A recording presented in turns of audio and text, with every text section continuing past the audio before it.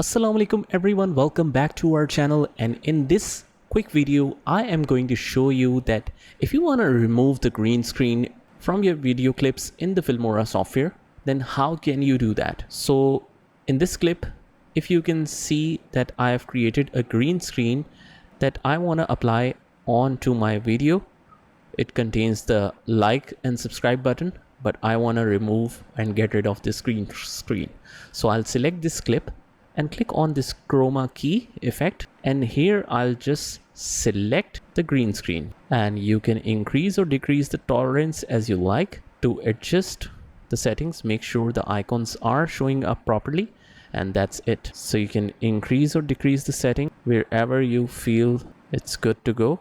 You can finalize there. So that's it. I hope you liked the video, and if you did, hit the like button, subscribe to our channel, and turn on the notification bell so that you can get notified of all the future videos. This is Saad signing off from today's video. Take care.